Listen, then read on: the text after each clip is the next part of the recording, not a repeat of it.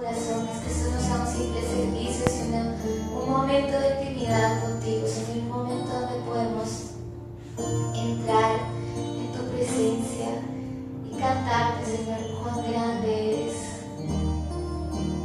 Gracias, Padre, porque tú estás aquí, Señor. Queremos que tú seas glorificado, que tu nombre sea glorificado. Te queremos dar a ti toda honra. Te queremos dar a ti todo honor, Señor, porque eres solo tú el que te lo mereces, Señor. Te queremos cantar con nuestros corazones que tú eres, Señor, nuestra salvación. Y que contigo caminaremos de gloria en gloria y de victoria en victoria, Señor. Porque aunque este mundo se esté cayendo, Señor, firmemente permaneceremos en el Señor, nuestra roca angular. Gracias por cada familia representada acá, Señor. Bendícelas, restáuralas, provee por ellas, Señor. Abundan ellas, que abunde tu gracia, tu provisión, tu amor, tu paz, tu restauración, Señor. Y que nos salgamos de aquí iguales, Señor. Toca nuestros corazones, transforma nuestra forma de pensar, Señor. Gracias porque tú estás aquí, te alabamos, Señor. En el nombre de Jesús, amén y amén. Bueno, los que quizás que se pongan de pie, vamos a alabar al Señor.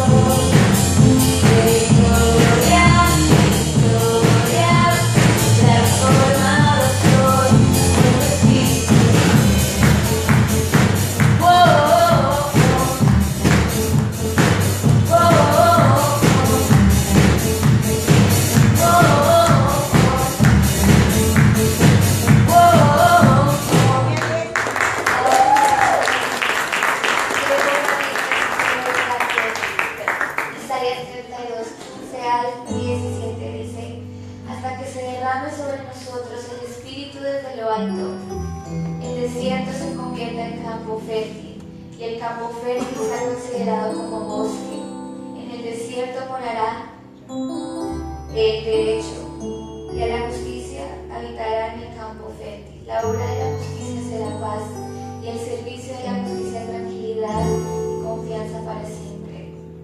El Señor habita en el desierto, en el campo fértil y en el bosque. El Señor está con nosotros y en Él mora su justicia. Entonces hay que confiar en eso, que su Espíritu se derrame sobre nosotros. Y que si en este momento estás en un desierto o un campo fértil, ese desierto se convertirá en campo fértil, ese campo fértil en un bosque. Porque el Señor es un Dios de abundancia, no de escasez, de sanidad, no de enfermedad, de salvación y no de muerte. Servimos a un Dios todopoderoso que nada le queda grande, ni la muerte, ni tu corazón, ni cualquier relación quebrantada le quedó grande. Él es todopoderoso, todo bondadoso, todo perdonador. En Él está la salvación, en Él está la cura a cualquier dolor, a cualquier enfermedad, a cualquier angustia, a cualquier pecado. Él ya nos libró. Y eso es lo que celebramos no solo el próximo domingo, sino todos los domingos. La salvación en Él, la liberación en Él, la grandeza de su palabra, de su presencia en nosotros, la obra de la cruz en nosotros, porque somos nuevas criaturas. No hay otro nombre como el nombre de Jesús. No hay otro Padre como el que encontramos en Él. No hay otro amigo, no hay otro proveedor, no hay otro doctor como Él, no hay otro Dios como Él. Él es el principio y el fin, el Todopoderoso, el Emmanuel, Dios con nosotros. Y por eso hoy le cantamos, porque estamos enamorados de Él, porque queremos más de Él, porque reconocemos que Él nos ha rescatado de todo dolor, de toda escasez, de todo pozo. Ya no nos ata el pecado, somos libres en Él. Entonces los animo a que se regocijen en Él. Digan: Señor, gracias, mi corazón está alegre porque tú me has perdonado, porque tú me has liberado, porque en ti hay provisión, porque en ti hay libertad, porque en ti hay vida, porque en ti hay esperanza. El mundo se puede estar cayendo, pero mi vida está segura en ti, Señor, mi roca, mi salvación. Entonces no es poca cosa la que celebramos, no es poca cosa nuestra vida, no fue poca cosa para nuestro Señor. Tu vida tiene valor, tiene un propósito, y es hora de pedirle al Señor: úsame, guíame, yo quiero ser usado por ti. Porque la obra en Él no se ha terminado, la obra que Él tiene en ti, sobre ti, todos los talentos, todos los deseos que ha puesto en tu corazón, no han sido en vano. Él los quiere usar para darle a Él gloria. Entonces es hora de despertarse, salir adelante, dejar atrás toda pereza, todo temor, toda duda, porque Él dice que caminaremos sobre las aguas y sobre el fuego no nos quemaremos. Hay que creer esa verdad. Creemos en ti, Señor. Te amamos, Dios. Oro, Padre, para que cada corazón se abra tu intimidad, que tu Espíritu more en ellos, que hagas algo nuevo en sus corazones. Restaures cualquier herida, Señor. Que has prometido un corazón nuevo, una vida nueva.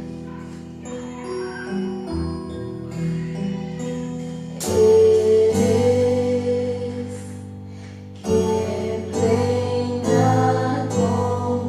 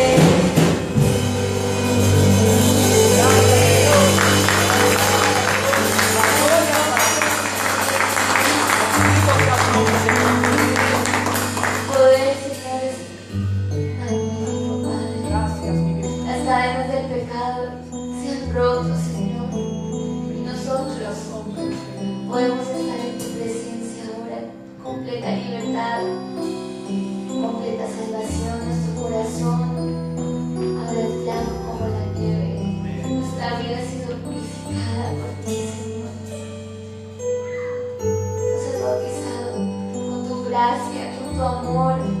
Por eso podemos entrar a tu presencia sin dolor, sin dudas, porque nos ves puros, nos ves santificados, Señor, limpios. Queremos, Señor, compartir lo que tú has hecho en nosotros, Señor. Queremos que el mundo sepa que eres santo, que eres todopoderoso, que eres nuestra salvación.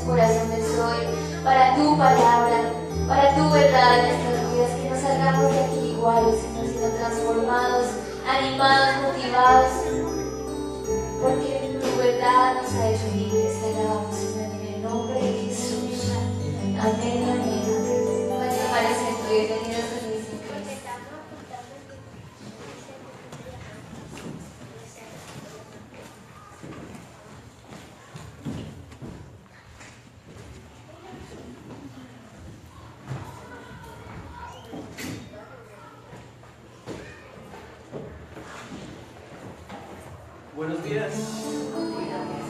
Dios los bendiga. Buenos días. Buenos días. Ahí, sonido. Gracias. Ahí está. Gracias, Señor. Gracias por este regalo que nos das de poder reunirnos una vez más. En el nombre de Jesús. Qué privilegio tener un lugar para estar en libertad. A veces se nos olvida, pero otra vez les recuerdo.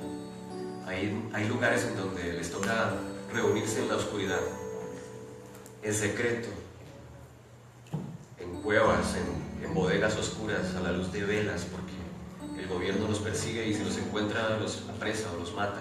Acá todavía tenemos libertad de creer, de alabar, de adorar. Amén. Gracias, Señor.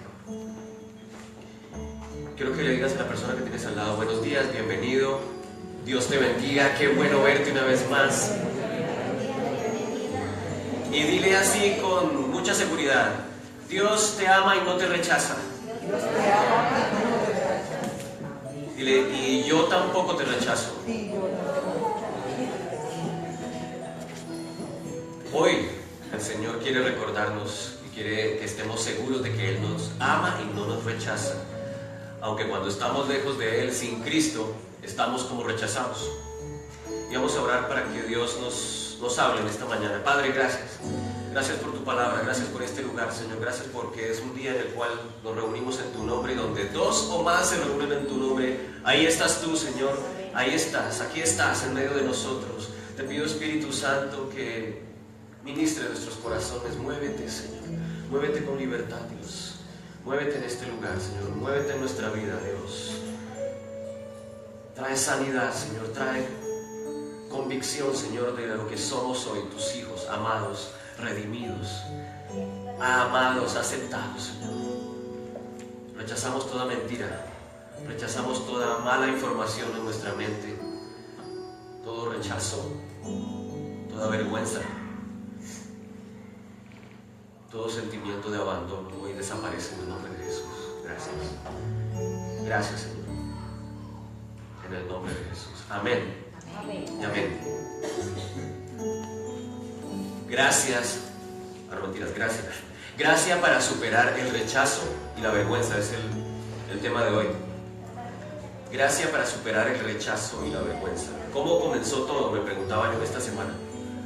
A propósito, los que no vinieron hoy, porque los que están de paseo en estas semanas de la Semana Santa y días festivos, que cuando te vayas de paseo no te olvides que el Señor no se va de paseo, que no te vayas tú de vacaciones también y dejes el Señor en otro lugar.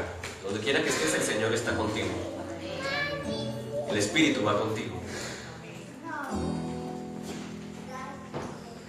Y decía que gracia para superar el rechazo y la vergüenza, porque el hombre, el ser humano, está separado de Dios sin Cristo. Sin Cristo estamos rechazados, estamos abandonados, estamos solitarios, estamos alejados. ¿Y cómo comenzó todo? Pues en el Edén. ¿Por qué estamos nosotros aquí? ¿Por qué tenemos que reunirnos? Para proclamar la gloria, la bendición de tener un Salvador, un Redentor, alguien que restauró para nosotros esa relación perdida. Todo comenzó allí en Edén, en el paraíso.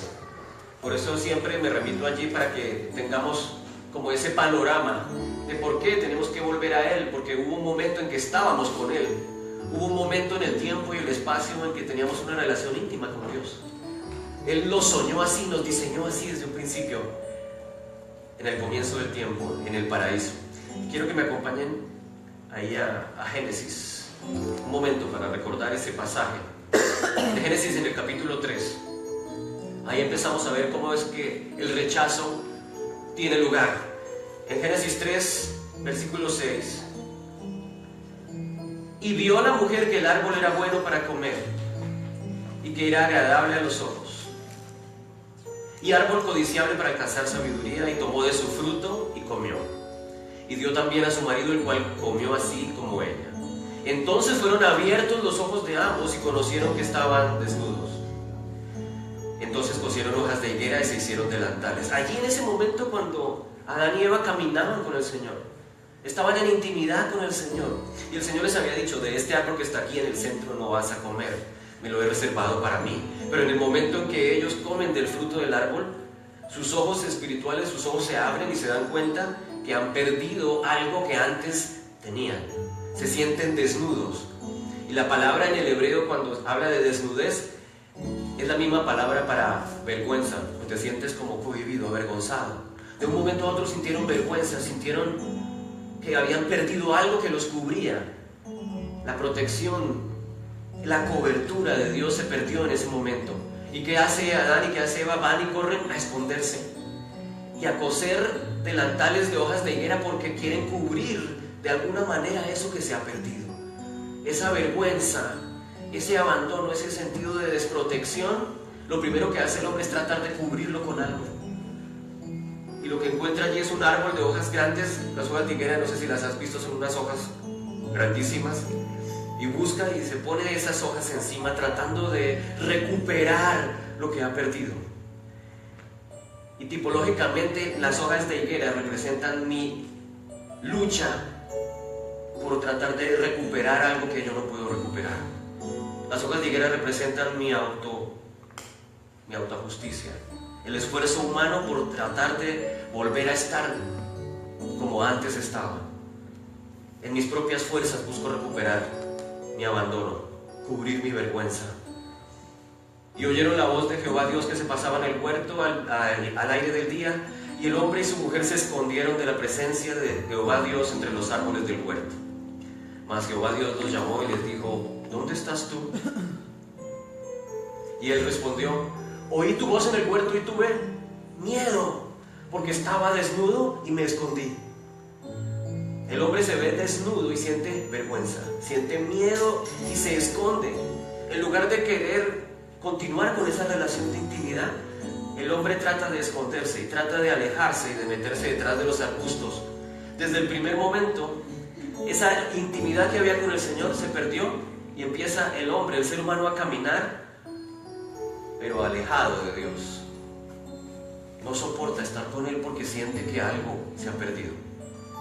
Desde ese momento el hombre está caminando por un lado y Dios por otro. Pero mientras que el hombre se la pasa a lo largo del tiempo buscando cómo llegar, buscando cómo agradarlo, buscando sus hojas de higuera, sus hojas de autoesfuerzo humano, Dios también se las está ingeniando para lograr atraerlos nuevamente a Él. Desde el primer instante el Señor ya está pensando: tengo que volver a recuperar a mi creación, al ser humano, lo máximo de mi creación, el hombre, tengo que volverlo a recuperar. Y desde el principio, dice la palabra en Apocalipsis, que desde antes de la fundación del mundo, el Cordero de Dios fue inmolado. Antes de la fundación del mundo, antes de que el tiempo y antes de que esto ocurriera, Dios ya sabía lo que estaba por pasar. Dice que en la eternidad el Cordero fue sacrificado. Dios ya en su corazón se había inventado, se había craneado, como dicen algunos, la manera de restablecer nuestra relación. Y la manera era su propio Hijo, como Cordero sacrificial.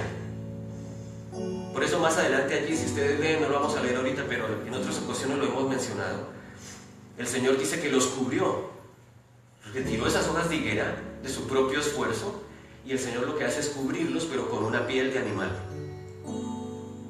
Entonces los teólogos dicen que si los cubrió con una piel de animal, tuvo que haber agarrado un animal y sacrificarlo para poderlos cubrir. De ese preciso instante viene el primer tipo de sacrificio de sangre. Tuvo que correr sangre de una víctima en ese primer instante para cubrir esa desnudez que ahora ellos tenían, simbolizando lo que iba a ocurrir en un futuro, cuando un animal en el sistema de sacrificios de Israel cubría los pecados por un tiempo, pero significando aún más lo que después vendría, cuando el Cordero de Dios, el Cordero perfecto y sin mancha, al derramar su sangre nos cubriría para siempre y quitaría nuestra vergüenza y quitaría nuestra desnudez.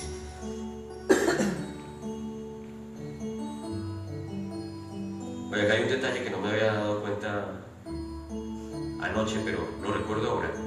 Y el hombre le respondió al Señor: Dice, en el versículo 11 el Señor le dice, ¿quién te enseñó que estabas desnudo? Que él estaba súper bien, no tenía nada puesto encima, caminaba con el Señor, dice, el Señor se paseaba con el hombre en el jardín, y él estaba desnudo, pero ni se había dado cuenta.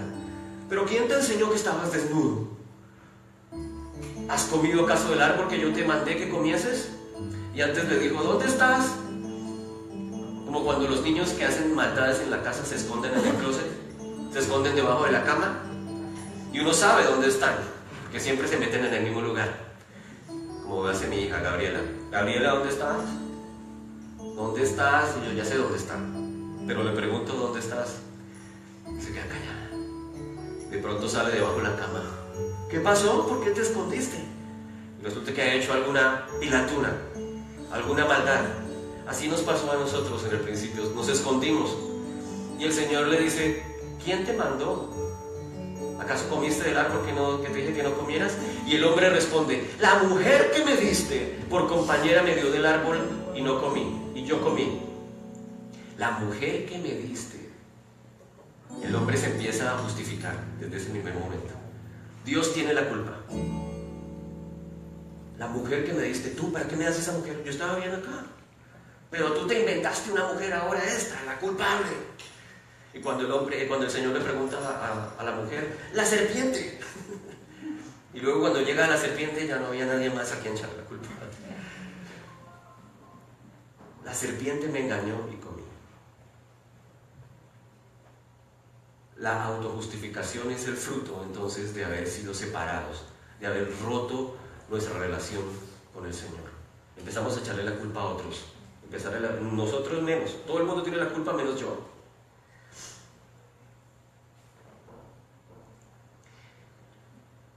Y hay entonces desde ese primer instante consecuencias para nosotros, consecuencias espirituales, consecuencias físicas, consecuencias emocionales.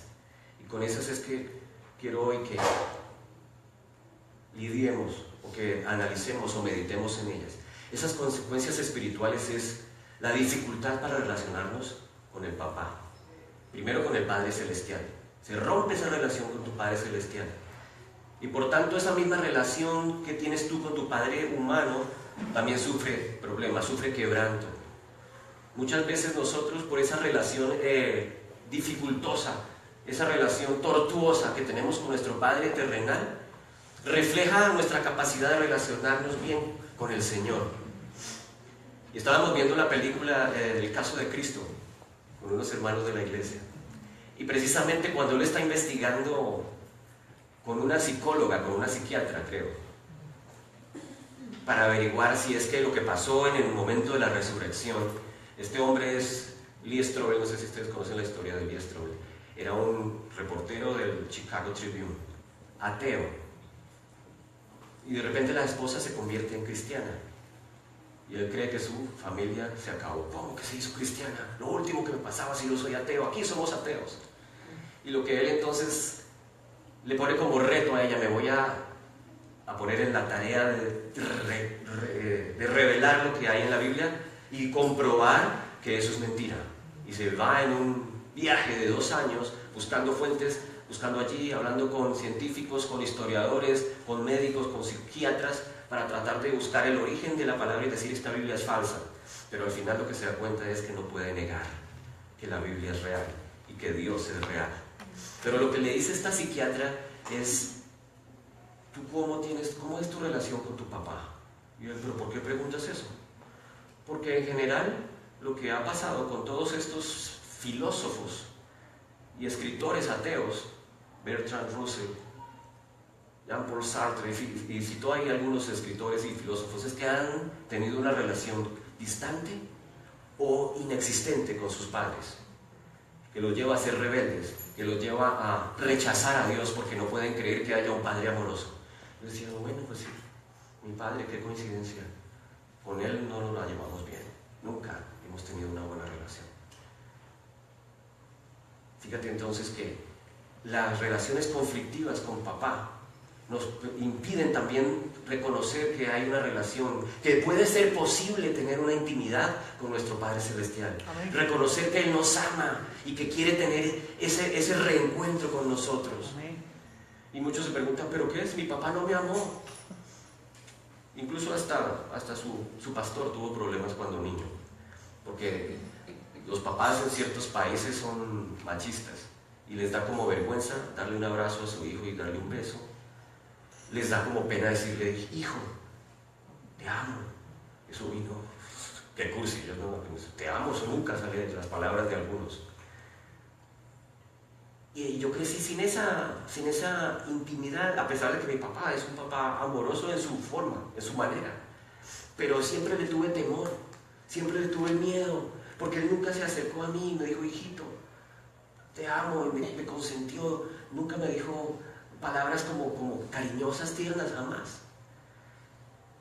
Y yo pensé entonces que Dios, cuando trataba de relacionarme con él, era un Dios también lejano, frío, que me iba a tratar como de esa misma manera, y que yo, como para acercarme a él, también debía como superar ese espacio de dureza y de frialdad. Y el Señor lo que nos ha querido decir desde el primer momento es que su amor por nosotros es incondicional, es eterno, es sobrenatural, es extravagante.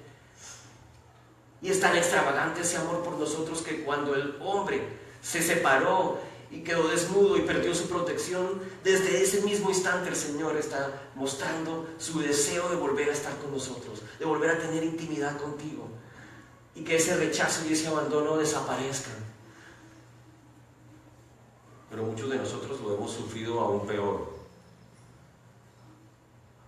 Y estaba recordando la historia de alguien que le preguntaba al pastor, pastor, usted habla de Jesús y muy lindo, pero ¿dónde estaba el Señor cuando mi papá me golpeaba? Cuando llegaba en la madrugada o tarde, borracho, me agarraba con lo que encontraba y me destrozaba, o se desquitaba con mi mamá. ¿Dónde estaba Dios? ¿Dónde estaba el Señor cuando yo sentía la necesidad de que mi papá me abrazara y me dijera te amo, y me preguntara cómo estás, cómo te sientes? ¿Dónde estaba el Señor cuando yo sufrí tanto y me deprimí y a veces hasta me quise quitar la vida? ¿Dónde estaba Dios cuando sufrí? Y aquel pastor le decía, el Señor siempre estuvo allí presente. Pero hay veces que el Señor permite eso para que nosotros miremos hacia otro lugar, miremos hacia el cielo. Y la única razón o la única clave para que el Señor se abra a nosotros y se acerque y se restaure se llama Jesús. No hay otra clave, no hay otra forma. Muchas veces el Señor lo permite para quizás que nosotros podamos ministrar a otros después, no lo sé. Recordar lo que pasó conmigo para que cuando alguien más lo sufra yo le pueda decir, sabes que yo también lo pasé, yo también lo sufrí. Pero hoy te puedo decir que mi papá celestial me ama con amor infinito, me ama con amor eterno. Hay consecuencias físicas. La identidad la hallas en el desempeño y en los logros. Entonces, buscando a alguien que te aprecie, buscando a alguien que vea lo bueno que eres, lo inteligente que eres, lo exitoso que eres, trabajas y te esfuerzas y luchas y tratas de lograr esa identidad, esa relación ausente en el desempeño y en el éxito o ministerial, puede ser, en el éxito profesional. Y lo único que te conduce es a quemarte y a quedarte totalmente exhausto, porque al final ese éxito simplemente es un éxito temporal, es un éxito del mundo. Pero la aceptación real que te puede dar una persona, que te puede dar un jefe con un bien hecho, buen trabajo, cumpliste la meta. Y uno, sí, lo logré. Y tan pronto uno cumple la meta de la empresa, ahora la meta es $200,000 más. Y uno, y ahora voy a los 200,000. Y toda la lucha, toda la vida es una lucha por superarse y superar más metas, buscando esa aprobación, buscando ese éxito. Cuando lo que Dios quiere es darte la verdadera aprobación y la verdadera aceptación, que no tiene que ver con tus logros personales, sino con tu intimidad con el Señor, que te dice, yo te amo y te acepto como eres.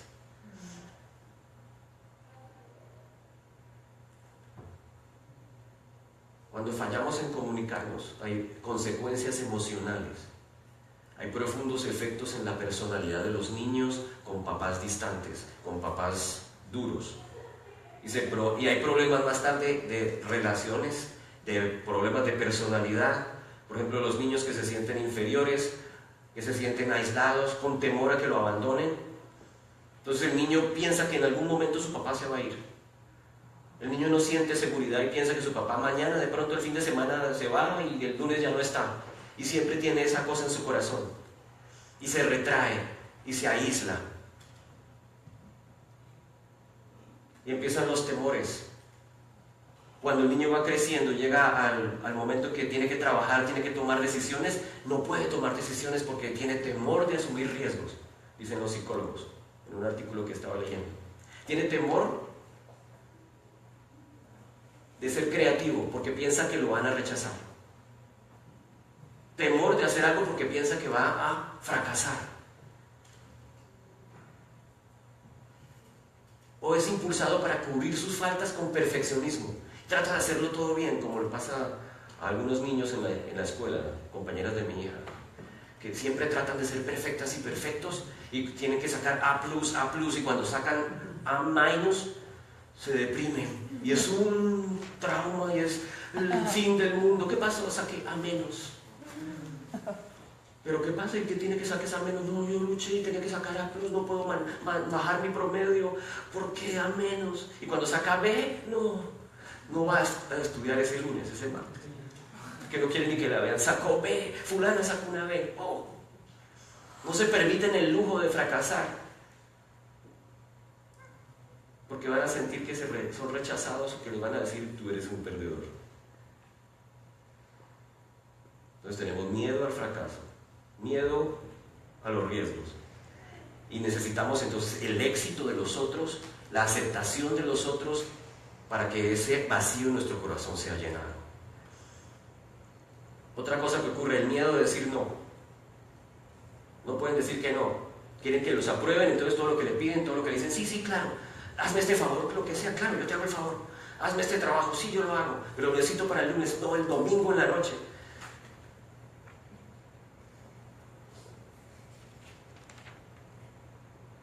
Pero lo peor es que se retraen de Dios. Dios no necesita estar en ese cuadro. Para ellos Dios es inútil. No se necesita, innecesario. Con ellos mismos se bastan.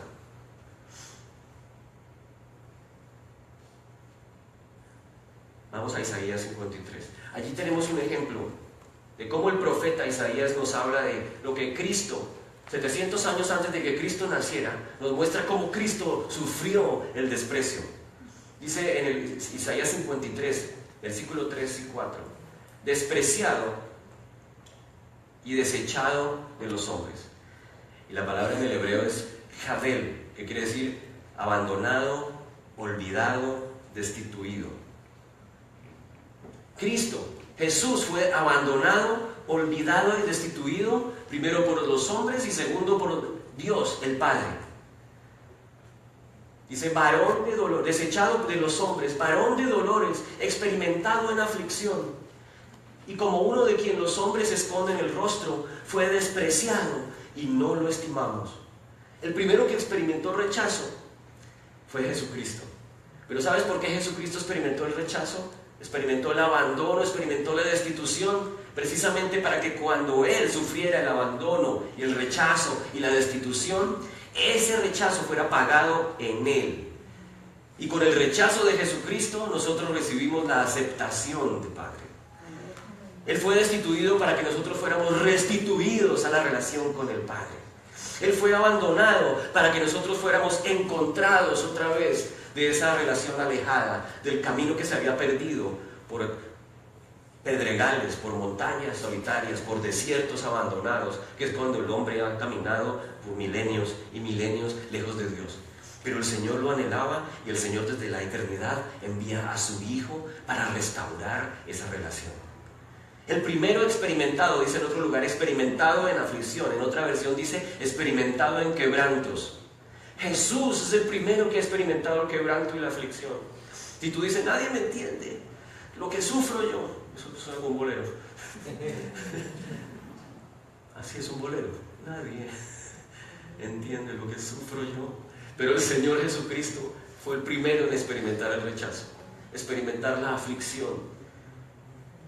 Y los hombres, dice, como uno de quien los hombres esconden el rostro. Y recuerda lo que hizo el hombre al principio, se escondió su rostro de Dios.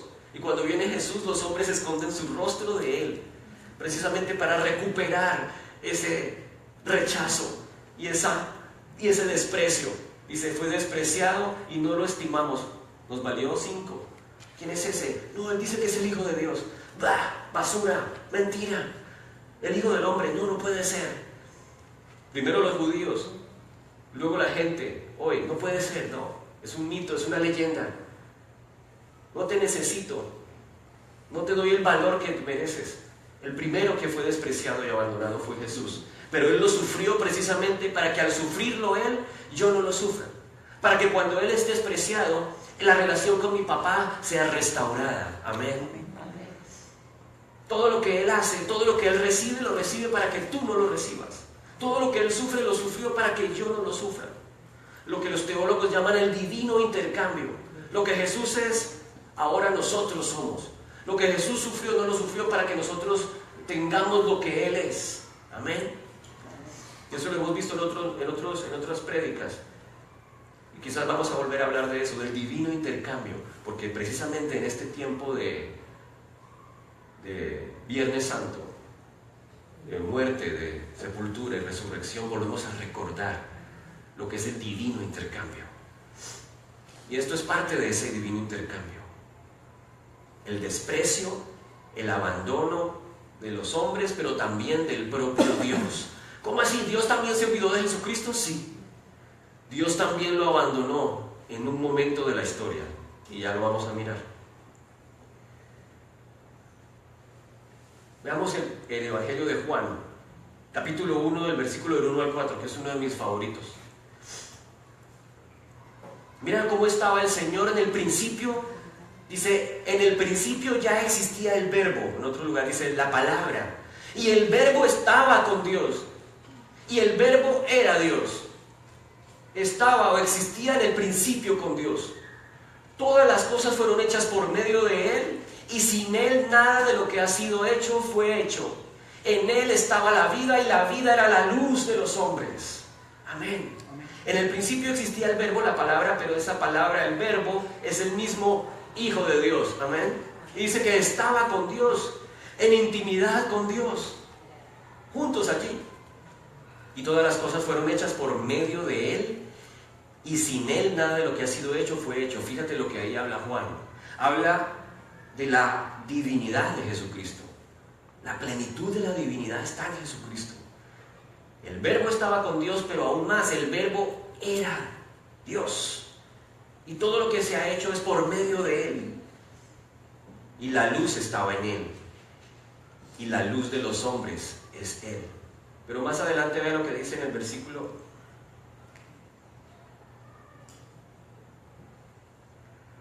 Ese título ahí está mal, perdón, es Juan 1:10, creo. Él estaba en el mundo y el mundo fue hecho por medio de Él.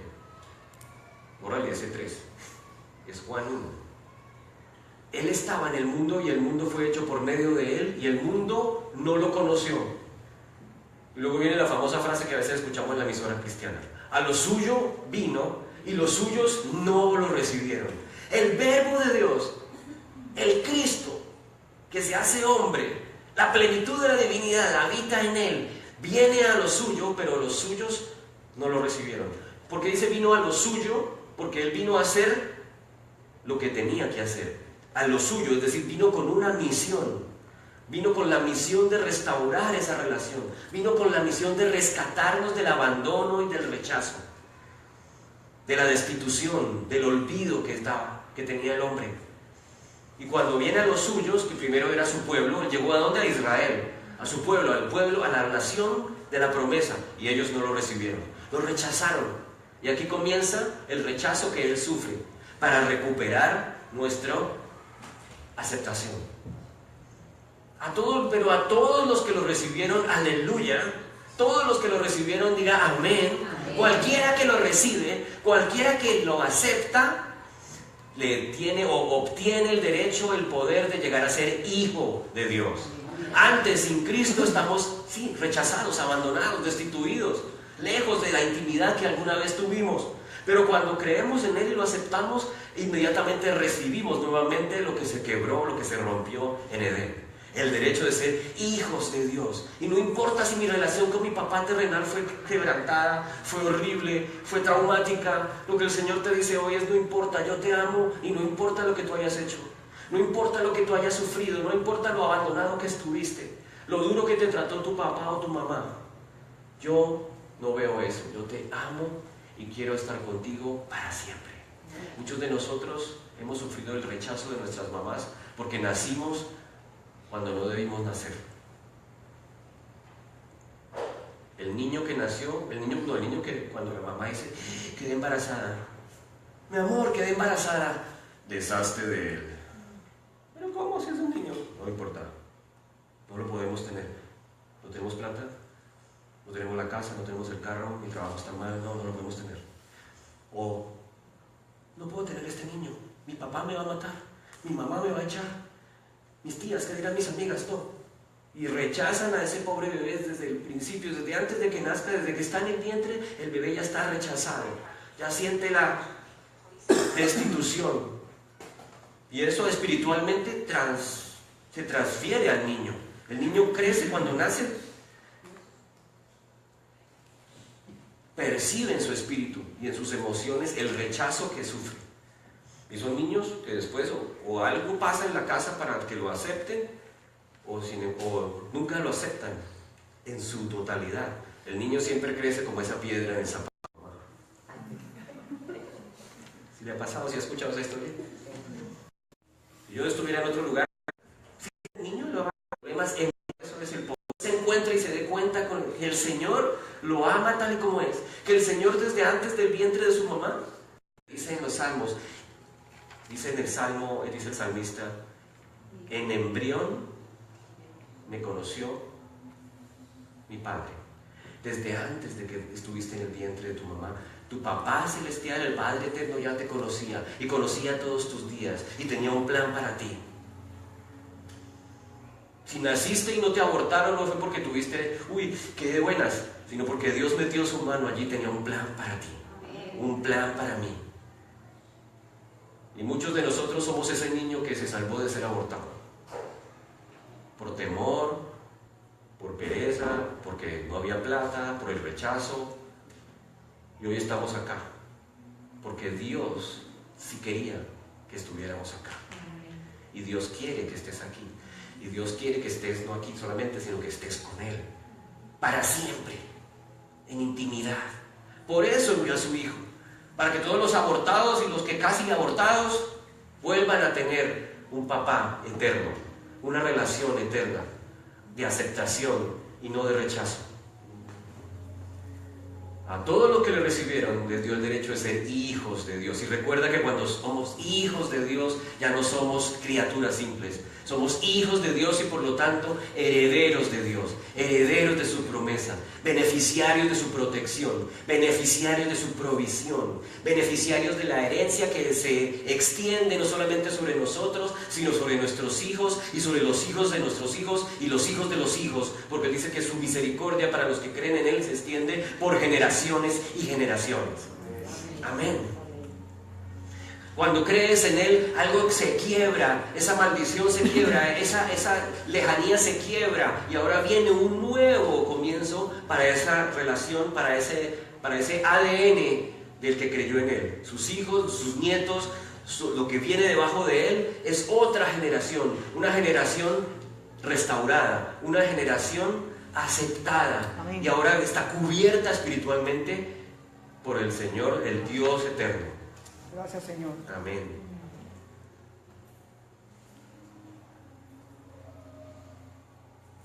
Mateo 27. Es la tarde de la crucifixión, el día de crucifixión. El Señor está allí en la cruz sufriendo las últimas horas antes de expiar. el pecado antes de morir por nosotros. Y en el versículo 45 dice: desde la hora sexta hubo oscuridad sobre toda la tierra hasta la hora novena. Hora sexta quiere decir mediodía. Los romanos contaban diferente que nosotros. Por eso en unas versiones dice desde la hora sexta, en otras versiones dice desde el mediodía hubo oscuridad hasta las 3 de la tarde. Y alrededor de la hora novena, Jesús exclamó a gran voz diciendo: Elí, Elí, lema sabactani, que quiere decir: Dios mío, ¿por qué me has abandonado? Hubo un momento del tiempo y de la historia en que Jesús también fue abandonado. Y siempre el Señor Jesucristo, cuando hablaba y predicaba, decía: mi Padre y yo somos uno. Mi Padre sabe quién soy yo. Si ustedes me conocen, conocen a mi Padre. Mi Padre y yo somos cuates, somos compadres, somos íntimos. Yo sé lo que el Padre es mi Padre y yo somos. Y yo quiero que ustedes y yo seamos así como mi Padre y yo. Pero en este justo momento Él nos dice: Padre, ¿por qué me has abandonado? Ya esa relación en ese momento de padre e hijo ha sido rota. Cuando Jesús está cargando con el pecado de la humanidad, cuando Jesús está cargando con la corrupción de la humanidad en ese momento de la cruz, no es hijo, es simplemente criatura. Por eso Él nos dice Padre, dice Dios. Se rompe y se hace lejana esa relación en ese momento. Dios mío, ¿por qué me has abandonado? Ya no es papito. En ese momento Jesús ha sido también destituido de su condición de hijo. En ese instante del tiempo y el espacio. Porque en ese momento su padre no lo ve como hijo, sino ve el cordero que está pagando el precio por el pecado de la humanidad. Está viendo la víctima que está siendo llevada al altar del sacrificio, que está derramando una sangre para calmar la ira del Padre, la ira de Dios que cubre el pecado. La ira de Dios está toda ejerciéndose, derramándose sobre el cordero. Por eso ahora es solamente Dios. ¿Por qué me has abandonado? El Señor le da ahí la espalda por un instante. Y después el Señor, cuando ya termina, dice: consumado es. Lo que vine a hacer, la misión por la cual fui enviado, ha sido terminada. Por tanto, Jesucristo, al ser rechazado, conquistó aceptación para ti. Cuando el Padre le dice: no, hijo, sino no quiero saber de ti, es porque Él estaba logrando que al romper eso, nosotros recuperáramos nuestra relación, nuestra situación. Él fue abandonado para que nosotros fuéramos reconstituidos como hijos. Fue rechazado para que nosotros fuéramos aceptados. Destituido para que fuéramos restituidos. Amén. Por eso es el divino intercambio. Todo lo que ocurre allí en Él es para que no ocurra en ti. Todo lo que Él es, ahora lo recibes tú, y todo lo que tú eres en tu pecaminosidad y en tu corrupción, la recibe Él. Hay un intercambio sobrenatural, eterno. En Juan 19:23, el Señor desnudo, así como nosotros nos sentimos desnudos, Adán y Eva se sintió desnudo, la humanidad desnuda, Jesucristo también se desnuda para que recuperes lo que antes tenías con el Señor en el Edén. Amén. Entonces los soldados, cuando crucificaron a Jesús, tomaron sus vestidos y hicieron 4 partes y una parte para cada soldado. Y tomaron también la túnica. La túnica era sin costura, tejida de una sola pieza, era algo finísimo en aquel entonces, una pieza sola, una túnica no de pedacitos, sino un trozo de tela grandísimo, de púrpura, dicen que era muy fino, solamente lo usaban la gente de la realeza. Y esos vestidos, los soldados se dijeron unos a otros: no los rompamos, echemos suertes. Jugaron a los dados para ver de quién será. Para que se cumpliera lo que decía la Escritura: repartieron entre sí mis vestidos y sobre mi ropa echaron suertes. No sé si recuerdan una escena de la película La Pasión, cuando ellos están jugando los vestidos, le arrancaron todo. Jesús quedó desnudo en la cruz y su mamá lo miraba y sus sus amigos que estaban allí lo vieron y sufrían, porque es vergüenza. Todo el mundo está viendo a su hijo desangrándose, roto, y fuera de eso, desnudo. Para la vergüenza, para el bochorno, lo más horrible, lo más humillante lo sufrió él allí en ese momento. Su padre le ha dado la espalda y fuera de todo ha sido humillado, ha sido despojado de su ropa para que todos lo vean miserable y sin gloria alguna. Pero su desnudez la sufrió para que tú restauraras tu gloria. Amén. Él fue desnudado, despojado de su gloria, para que nosotros en ese sacrificio, en esa situación, recuperáramos nuestros vestidos espirituales, recuperáramos la gloria del Señor sobre nuestra vida para siempre. Amén. Él lo sufrió para que tú no lo sufras. El bochorno y la humillación y el abandono y la vergüenza ahora ya no es para ti. Di amén. Rechaza esa vergüenza. Ya no hay vergüenza. Dice que todo el que crea en mí no será ¿qué? Avergonzado. Amén. Pero es el que crea en mí. Simplemente por fe. Cuando creemos en Él, recibimos todo lo que Él ha conquistado para ti.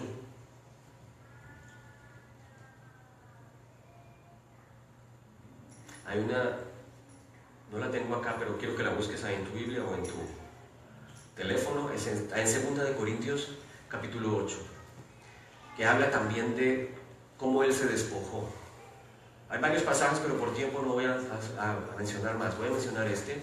En 2 de Corintios capítulo 8, en el versículo 7 al 9, dice: pero así como ustedes abundan en todo, en fe, en palabra, en conocimiento, en toda solicitud, en el amor que hemos inspirado en ustedes, vean que también abunden en esta obra de gracia. Estaba el apóstol hablando de dar a los otros, de ser generosos.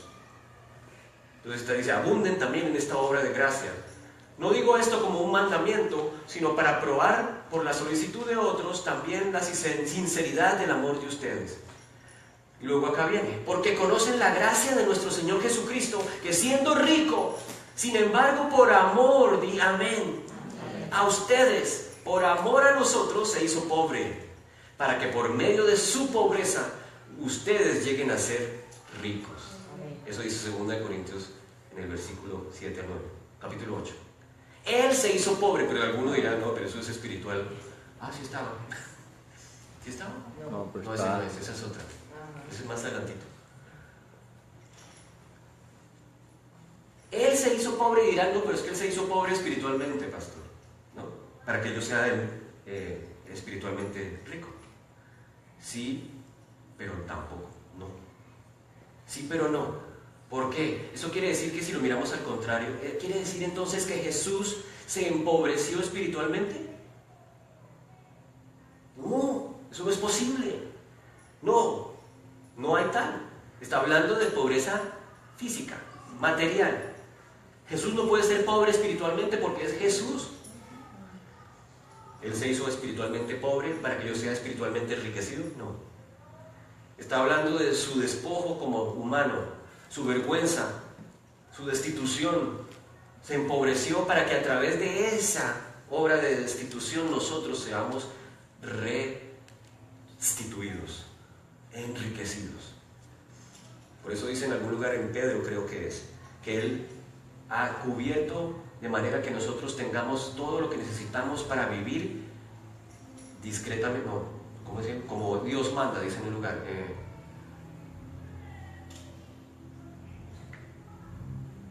No recuerdo ahorita la cita, después se las digo. El Señor ha dispuesto que nosotros podamos vivir como Dios manda, dice, es decir, decorosamente la palabra. No todos van a ser Bill Gates, no todos van a ser Carlos Slim, pero sí todos el Señor promete que va a tener provisión para ti, provisión para tu familia. Digan amén. Amén. Y ahora sí, en 2 de Corintios 3, el versículo 7, habla de pecado, rechazo y vergüenza. Los psicólogos hablan de tres características. Hay tres actitudes o tres características de los padres que son absolutamente necesarias para que haya una sensación de seguridad en el niño y para que se desarrolle una personalidad sana en el ser humano. Y son tres A's: aceptación, afecto y aprobación. Digan amén. Aceptación, afecto y aprobación. La falta de cualquiera de estas cosas será interpretada por el niño como rechazo. O no lo aceptas, o no lo amas, o no lo apruebas. Y por eso hay niños que siempre están buscando que alguien los apruebe, que le diga: ¡Ah, bien hecho! ¡Qué bueno lo lograste! ¡Mira, papá, lo que dibujé! Estoy ocupado. Mira lo que hice. Más tarde. El niño está buscando que sea aprobado. Así sea un mamarracho que, ¿qué es eso? Y uno dice: mi amor, está lindo. ¿Lo hiciste tú? Sí. ¿Y quién es ese? Ese eres tú. Uy, lindo, qué lindo soy. Lo apruebas, lo aceptas. El rechazo puede venir como una hostilidad deliberada a otros o como un fracaso para comunicar la aceptación. A menudo se comunica de forma sutil con esos padres que no están emocionalmente disponibles para sus hijos. ¿Usted piensa que a menudo hay fracaso? ¿Rechazo en tu casa, en tu pasado? ¿Has pensado que hubo rechazo? Si lo analizas o lo meditas un momento, de repente ahora mismo el Espíritu te pone en tu corazón: oye, a mí me rechazaron. O quizás yo rechacé a Pepito, a Pepita. Cuando recuerdas las experiencias pasadas, pueden haber sido emociones dolorosas, fuertes. ¿Crees que esas emociones, esas experiencias afectaron de alguna manera tu vida? ¿Crees que fuiste víctima? Pues el Señor hoy te dice que ya no eres esa víctima. Ya no eres rechazada. Así te hayan rechazado, así hayas sufrido falta de aprobación y falta de afecto, falta de aceptación, Dios te da aceptación, te ama con amor eterno y no te rechaza. Te aprueba. Y lo estábamos viendo la otra vez en el estudio bíblico y otra vez te lo recuerdo. La justicia divina en el original en el Nuevo Testamento quiere decir divina aprobación. Amén. Aprobación. El Padre ahora, por medio de Jesucristo, la obra de Jesucristo en tu vida, lo que obtienes es divina aprobación. Eso quiere decir justicia. La justicia de Dios. Soy la justicia de Dios en Cristo, dice Pablo en Romanos. Esa justicia es la divina aprobación. Mi Papá Celestial, mi Padre Eterno me aprueba. Me ve hermosa, me ve hermoso, rodeada y rodeado de la justicia de su Hijo Jesucristo. De la justicia que Él logró, que Él conquistó en la cruz del Calvario. Esa justicia me hace ver delante de Papá, mi Papá Eterno, hermosa y hermoso. Sin importar cómo me vean, ni siquiera yo mismo. A veces ni yo mismo me apruebo. Cuando me veo al espejo, uy, qué feo. Cuando voy por la vida digo: no, yo no soy capaz, me va a ir mal, no, en esto, no sé, no. Pero mi papá me dice: tranquilo, yo te apruebo. Yo te veo como veo a mi hijo, rodeado de su justicia, rodeado de su gloria. Somos entonces aceptados por medio de Cristo. Mira lo que dice entonces el versículo 7 en el capítulo 3. Y si el ministerio de muerte grabado con letras en piedra fue con gloria, está hablando de cuando Moisés fue al monte y el Señor grabó en unas tablas de piedra la ley de Moisés. Dice que ese ministerio fue grabado en letras, pero es un ministerio de muerte. Dice que tuvo gloria, de tal manera que los israelitas no podían fijar la vista en el rostro de Moisés. Cuando Moisés subió al monte, no sé si eso ya pasó en la novela esa que están dando, los 10 mandamientos. Moisés va al monte y se encuentra con Dios, y allí su rostro, cuando baja nuevamente, es la segunda vez que va. Creo que es en la segunda vez que sube, porque la primera vez cuando bajó, creo que rompió las tablas. Entonces vuelve a subir y le da las tablas 2.0. Y es cuando baja Moisés con su rostro incandescente, resplandeciente, hay gloria en su rostro. Y acá dice: de tal manera que los israelitas no podían fijar la vista en el rostro de Moisés por causa de la gloria de su rostro, la cual se desvanecía. Terrible. Moisés subió Salió así incandescente, wow, pero a medida que bajaba y caminaba hacia Israel, se iba apagando y se iba apagando, porque ya no estaba en la presencia de Dios. Dice ahora, ¿cómo no será aún con más gloria el ministerio del Espíritu? Amén. Cuando Cristo viene, el ministerio de muerte, el ministerio de la letra, el ministerio de la ley se transforma en el ministerio de la gracia. Y ahora el Espíritu viene a morar en ti, en mí.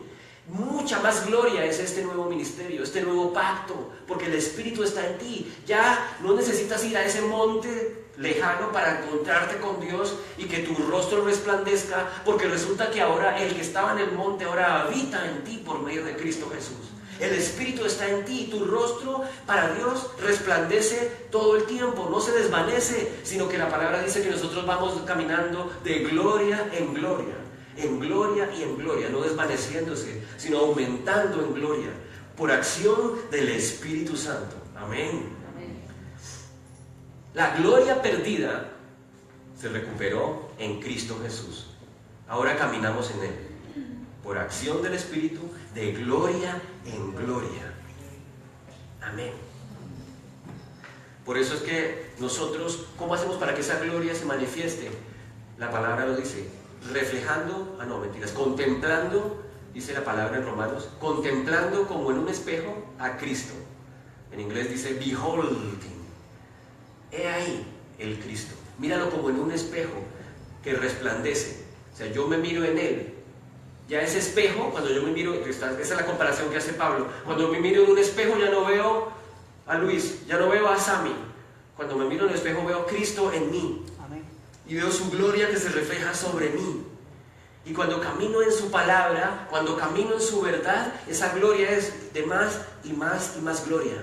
No se desvanece como el ministerio de Moisés, sino que va en aumento y en aumento y en aumento, a medida que caminas en su palabra y en su verdad. Amén.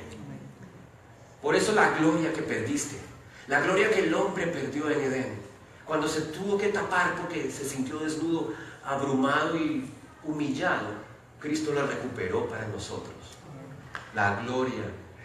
Y obviamente dice la palabra en Tito que esa gloria venidera es la que nosotros anhelamos en nuestro corazón. La bendita esperanza, la gloriosa esperanza de su venida cuando se llegue a su consumación, la salvación anhelada.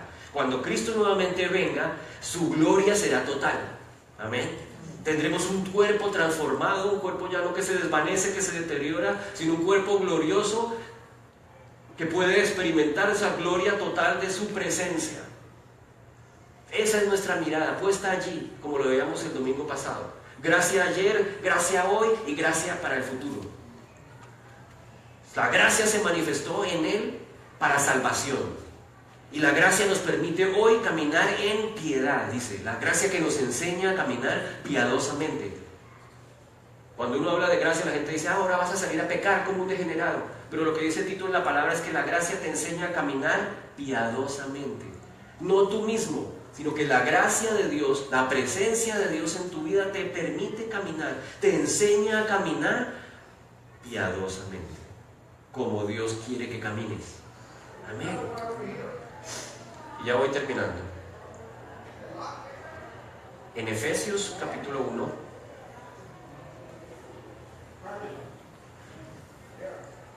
versículo 1 al 6.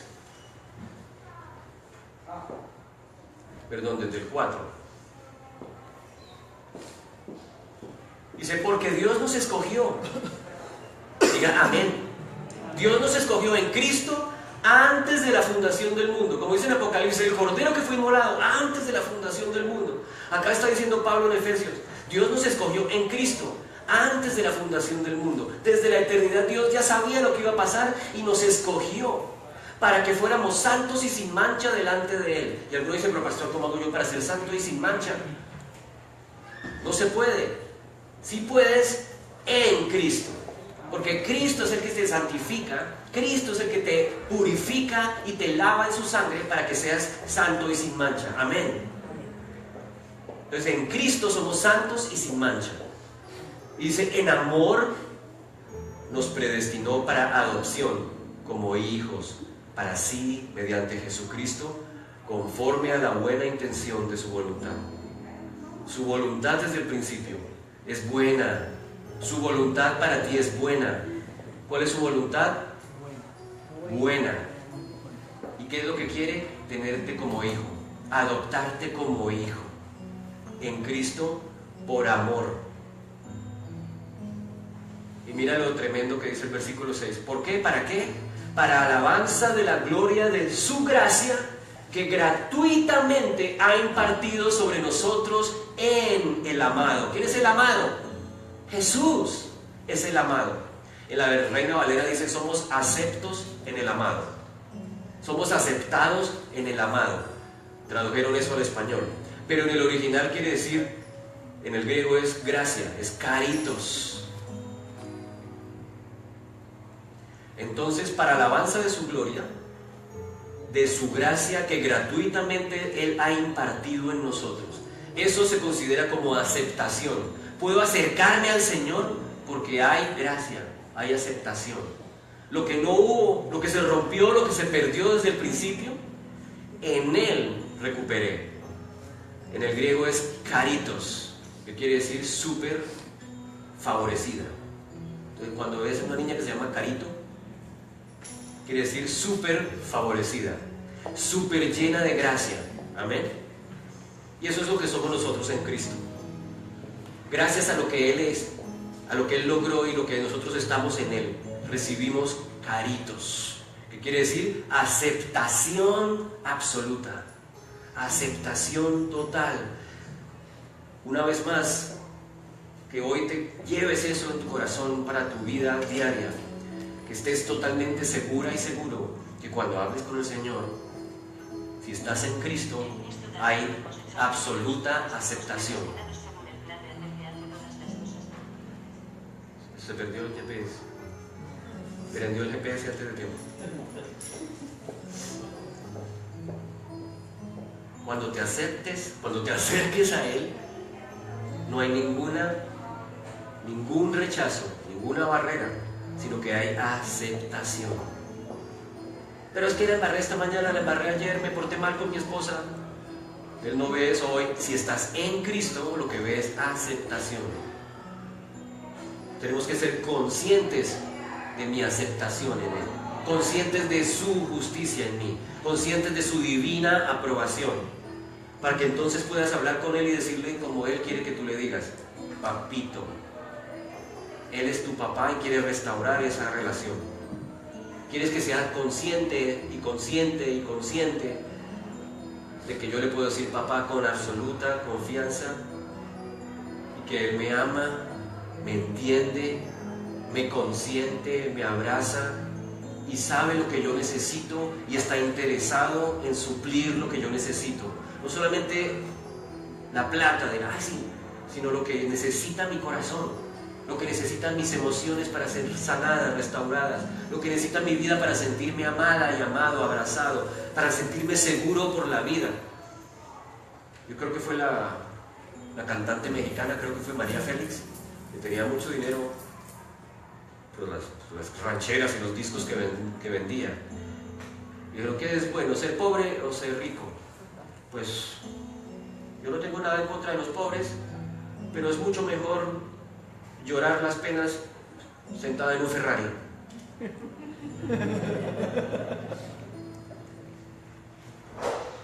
La gente que valora sus posesiones y que por sus posesiones puede sentir tranquilidad y sentir confianza. Pero Dios lo que dice: mi confianza no debe ser puesta en las posesiones, sino puesta en que yo soy posesión de Cristo. Yo soy suyo, y eso es lo más valioso. Y su promesa es que como soy suyo y como soy su hijo y soy heredera y heredero, Él suple lo que yo necesito. Yo puedo confiar en esa promesa, en esa seguridad puedo descansar.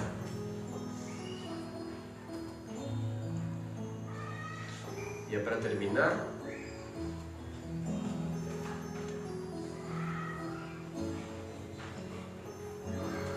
Hebreos 13:5. Hebreos 13:5 dice: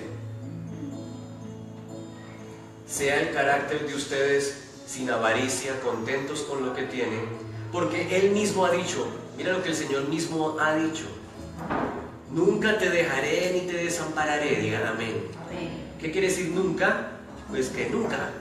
Nunca es nunca. Nunca es que jamás te dejaré ni te desampararé.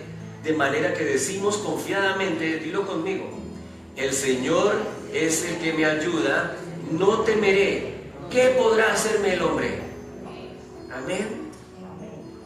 Nunca te dejará, nunca te desamparará, porque estás en su Hijo. Has sido aceptado, y la palabra dice que Él no echa fuera a los que vienen a mí. El que viene a mí, yo no lo echo fuera. Ahora estamos en Él, confiados en Él, habitando en Él. En otro lugar dice sentados con Él en lugares celestiales, para siempre. Y lo que celebramos en este tiempo de Semana Santa es cómo Él logró esa promesa, cómo la conquistó, cómo la selló con su cuerpo en la cruz, cuando derramó su sangre, cuando su cuerpo roto pagó el precio.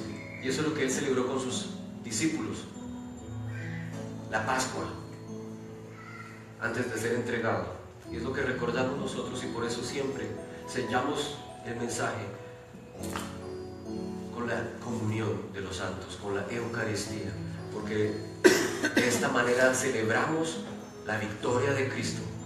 Y hoy celebramos algo más que significa su sangre y su cuerpo. Significa su gloria restaurada, significa aceptación restaurada, significa que la vergüenza se ha ido para siempre, que el rechazo ha desaparecido para siempre, que la desaprobación ya no existe, sino que es todo lo contrario. Soy aprobada delante del Señor, soy amada, me ama, me acepta, y su gloria me cubre hoy y para siempre. Amén. ¿Qué dijo Pablo? Yo recibí lo mismo que hoy les transmito, que la tarde en que el Señor iba a ser entregado, tomó el pan y dando gracias, lo partió y se lo dio a sus discípulos diciendo: tomen y coman todos de él, porque este pan es mi cuerpo entregado, roto, destrozado. Un cuerpo como pan sin levadura, un cuerpo sin mancha, un cuerpo sin pecado, que se hizo como si fuera pecado para pagar por mis pecados. Dice Isaías: por sus llagas, por su cuerpo roto, hemos sido curados, hemos sido sanados. Al terminar la cena, tomó la copa y dijo: esta copa es el nuevo pacto en mi sangre. En su sangre ahora somos ministros, somos herederos de un nuevo pacto. Amén. Pablo dijo que nosotros ahora somos ministros competentes de un nuevo pacto. Eso es lo que somos nosotros. Un pacto nuevo, sellado con la sangre perfecta y preciosa del Cordero de Dios, que no tapa la sangre como cuando barremos debajo de la alfombra, sino que arranca el pecado, arranca la corrupción para siempre. Amén.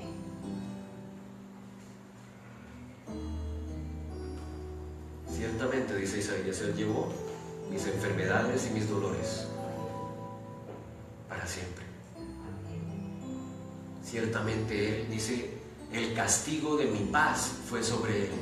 Cuando lo latigaron, cuando lo destrozaron, cuando lo golpearon, cuando clavaron su cráneo con las espinas, estaba pagando el precio de mi paz. Amén. En hebreo es shalom, que quiere decir bienestar, que quiere decir sanidad, que quiere decir paz con Dios.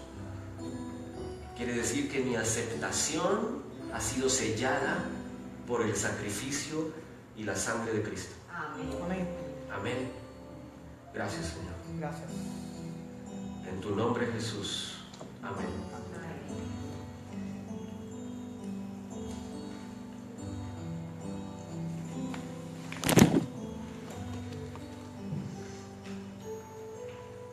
Gracias, Padre. Gracias. Porque así cuando recibimos este pan y este vino, recordamos que por tu sangre, por la sangre del Cordero perfecto, somos sanados, somos perdonados. Y si hay enfermedad, si hay dolor en tu cuerpo, recibe ahora mismo sanidad por la obra perfecta de Cristo. Recuerda que el castigo de tu paz, el castigo de tu sanidad fue sobre Él. Dile ahí donde estás: gracias, Señor, Gracias, Señor. porque tú me sanaste hace 2000 años. Hoy rechazo la enfermedad de mi cuerpo, rechazo el dolor y acepto y recibo sanidad, bienestar, plenitud, aceptación y tu gloria y tu divina aprobación sobre mi vida, sobre mi esposa, sobre mis hijos y los hijos de mis hijos y sobre todas mis circunstancias. En el nombre de Jesús. Amén. Amén.